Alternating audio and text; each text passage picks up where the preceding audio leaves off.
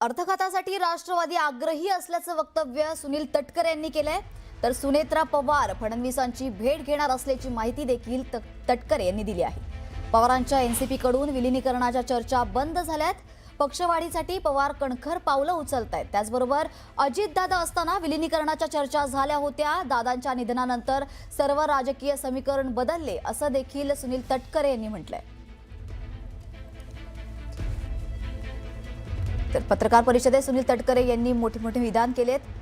त्यात त्यांनी अर्थखात्यासाठी राष्ट्रवादी आग्रही असल्याचं म्हटलंय। त्याचबरोबर सुनेत्रा पवार फडणवीसांची भेट घेणार असल्याचंही सांगितलंय। तर पवारांच्या एनसीपी कडून विलीनीकरणाच्या चर्चा बंद झाल्या असल्याचं त्यांनी सांगितलंय। पक्षवाढीसाठी पवार कणखर पावलं उचलतायत। अजितदादा असताना विलीनीकरणाच्या चर्चा झाल्या होत्या असंही वक्तव्य सुनील तटकरे यांनी केले। त्याचबरोबर दादांच्या निधनानंतर सर्व राजकीय समीकरण बदललं असल्याचं देखील त्यांनी म्हटलंय।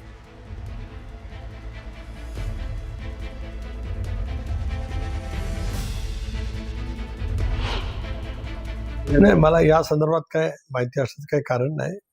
पार्थ राष्ट्रवादीचा युवा कार्यकर्ता आहे, नेता आहे, संसदेमध्ये प्रतिनिधित्व राज्यसभेमध्ये करतात, त्याच्यामुळे ते भेटू शकतात।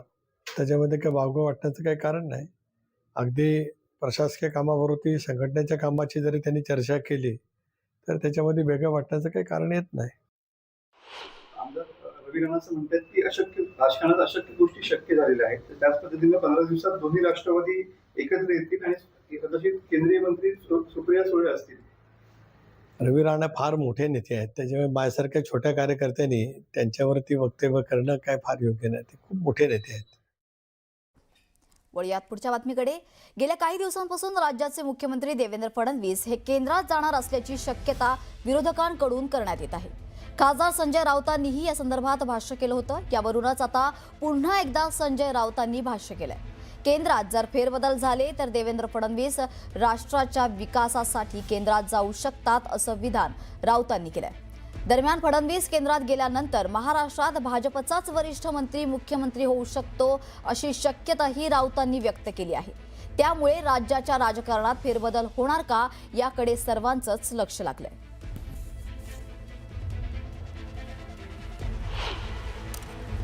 मला एवढंच वाटतंय गेल्या काही काळापासून की केंद्रामध्ये जर मोठे फेरबदल झाले तर या राज्याचे मुख्यमंत्री देवेंद्र फडणवीस हे राष्ट्राच्या सेवेसाठी केंद्रात जाऊ शकतात। त्यांची सेवा केंद्र सरकार घेऊ शकतं आणि महाराष्ट्रामध्ये भारतीय जनता पक्षाचाच एखादा वरिष्ठ मंत्री हा मुख्यमंत्री होईल। येत्या 15 दिवसांमध्ये दोन्ही राष्ट्रवादी एकत्र येतील असा मोठा दावा आमदार रवी राणा यांनी केलाय। राजकारणात अशक्य शक्य झालं आहे असं म्हणत रवी राणांनी केलेल्या दाव्यामुळे एकच खळबळ उडाली आहे। तसेच केंद्रात सुप्रिया सुळे या मंत्री बनतील आणि राज्य हे सुनेत्रा पवार पाहतील अशी मोठी भविष्यवाणी रवी राणा यांनी केली आहे। तर रवी राणांच्या या भविष्यवाणीमुळे राजकीय वर्तुळात चर्चांना उधाण आलंय। 15 दिवसात सुनेत्रा वहिनी शरद पवारांचा पक्ष एकत्र येईल असं मोठं विधान रवी राणांनी केल्यामुळे नवे तर्कवितर्क सुरू होण्याची दाट शक्यता निर्माण झाली आहे। ज्या पद्धतीनं जे अशक्य आहे ते नेहमी राजकारणात शक्य झालेलं आहे। येणाऱ्या 15 दिवसामध्ये सुमित्रा वहिनी आणि सन्माननीय शरदचंद्र पवार साहेब हे दोन्ही पक्ष एकत्र येतील। दिल्लीमध्ये आमच्या सुप्रियाताई सुळे पाहतील दिल्ली, आणि राज्यामध्ये सुमित्राताई पाहतील। पुढची भविष्यवाणी सुद्धा सांगतो, केंद्रामध्ये सुप्रियाताई मंत्री बनतील आणि राज्य पूर्ण सांभाळण्याची जबाबदारी सुमित्रा पवार यांच्याकडे राहील। त्यामुळे याच्यामध्ये कुठेही काही जरी असलं तर राजकारणामध्ये जे अशक्य आहे ते शक्य होत असते आणि 15 दिवसात हे शक्य झालेलं आपल्याला दिसेल। दरम्यान राज्याच्या राजकारणात लवकरच मोठ्या घडामोडी होणार असल्याचं भाकीत आमदार रवी राणा यांनी केलंय। येणाऱ्या काळात उद्धव ठाकरे आणि एकनाथ शिंदे ही एकत्र दिसू शकतील असं चित्र दिसू शकेल असं मोठं विधान रवी राणा यांनी केलंय। तर आता उद्धव ठाकरेंनी हनुमान चालीसा हातात घेतल्यामुळे त्यांनी आता प्रभू श्रीरामांच्या विचारांना स्वीकारलंय। त्यामुळे अशक्य हे शक्य होत आहे. त्यामुळे उद्धव ठाकरे आणि एकनाथ शिंदे ही एकत्र येऊ शकतात अशी भविष्यवाणी रवी राणा यांनी केली आहे. मी तुम्हाला सांगतो, येणाऱ्या काळामध्ये, येणाऱ्या काही महिन्यामध्ये हे सुद्धा चित्र दिसेल आपल्याला की उद्धव ठाकरे आणि एकनाथ शिंदे एकत्र दिसेल. अशा प्रकारचं चित्र दिसू शकते, कारण की आज उद्धव ठाकरेंनी हनुमान चालीसा हातात घेतली आहे. राम भगवंताच्या विचाराला स्वीकारलेला आहे. राम भगवंताच्या बजरंगबलीच्या चरणी उद्धव ठाकरे वापस आलेले आहे. म्हणून हे अशक्य जे आहे ते सुद्धा भविष्यामध्ये उद्धव ठाकरे आणि एकनाथ शिंदेजी एकत्र होऊ शकतात. हे सुद्धा भविष्यवाणी भविष्यातली आहे. दरम्यान अयोध्येतील श्रीराम मंदिरात झालेल्या देणगी चोरीच्या मुद्द्यावरून ठाकरेंच्या शिवसेनेने रामरक्षा आंदोलन सुरू केलंय. या आंदोलनाचा दुसरा टप्पा 18 जुलैला नागपूर इथे होतोय. या आंदोलनासाठी खासदार संजय राऊत यांनी राष्ट्रीय स्वयंसेवक संघाचे सरसंघचालक मोहन भागवत यांना पत्र पाठवून निमंत्रित केले. संजय राऊत यांनी मोहन भागवत यांना पत्र लिहून रामभक्तांना आशीर्वाद देण्यासाठी मोहन भागवत यांना विशेष आमंत्रित करत असल्याचं या पत्रात म्हटलेलं आहे. या संदर्भात बोलताना राऊतांनी मुख्यमंत्र्यांनाही निमंत्रण दिल्याच्या मुद्द्यावरून भाष्य केलं आहे. मुख्यमंत्र्यांच्या एक रामभक्त म्हणून रामरक्षा आंदोलनात सहभागी होण्याचं निमंत्रण दिल्याचं राऊतांनी स्पष्ट केलं आहे. सरसंघ चालक, परमपूज्य सरसंघ चालक मोहनराव भागवतजी यांना सुद्धा आज आम्ही निमंत्रण पाठवलेलं आहे. नागपूरमध्ये आल्यावर ह्या ज्या प्रमुख व्यक्ती आहेत, हिंदुत्वाच्या दृष्टीनं अतिमहत्वाच्या जी व्यक्तिमत्व आहेत, आम्ही त्या सगळ्यांना आदरपूर्वक निमंत्रण देण्याचा प्रयत्न करत आहे. सरसंघ चालकांनी जर इथे येणं जमत नसेल तर त्यांनी त्यांचा प्रतिनिधी पाठवावा अशी आम्ही त्यांना विनंती केलेली आहे. शिवाय या भागातले सर्व आमदार आहेत विविध पक्षांचे, मग भारतीय जनता पक्षाचे असतील किंवा अन्य पक्षांचे काही नेते असतील, आम्ही त्यांनाही आमंत्रित केलेलं आहे. उद्या शिवसेना पक्षप्रमुख उद्धव ठाकरे इथे 11:30 वाजता येतील.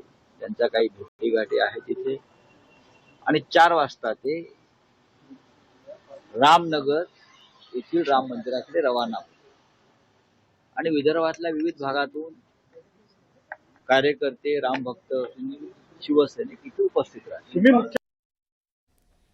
दरम्यान राऊतांनी रामरक्षा आंदोलनावरून पाठवलेल्या निमंत्रण पत्रिकेवरून बावनकुळेंनी राऊतांना जोरदार टोला लगावलाय. पाहूया. राज्याचे मुख्यमंत्री आहेत आणि आम्ही त्यांच्या निवासस्थानाजवळ एक उपक्रम, धार्मिक उपक्रम हिंदुत्वाचा करतो. राज्याचे मुख्यमंत्री म्हणून आम्ही त्यांना निमंत्रण दिलेलं आहे. त्याही पेक्षा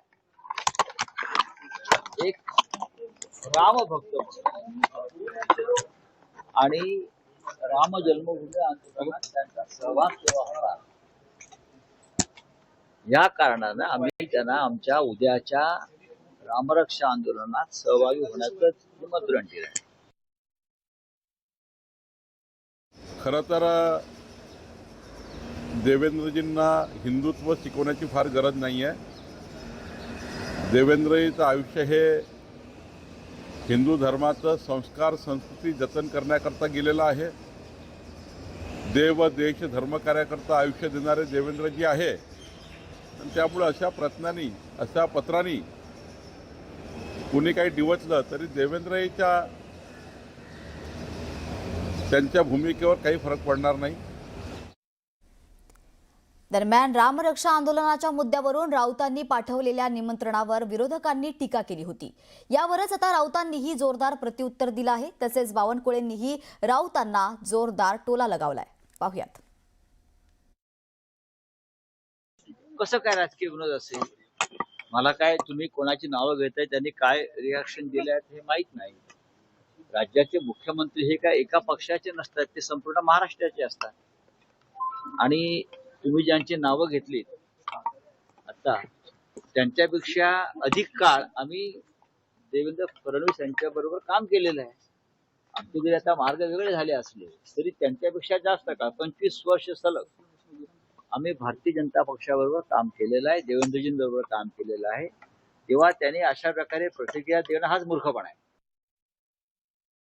मला वाटतं उद्याचं जे रामरक्षा आंदोलन उद्धव ठाकरेंनी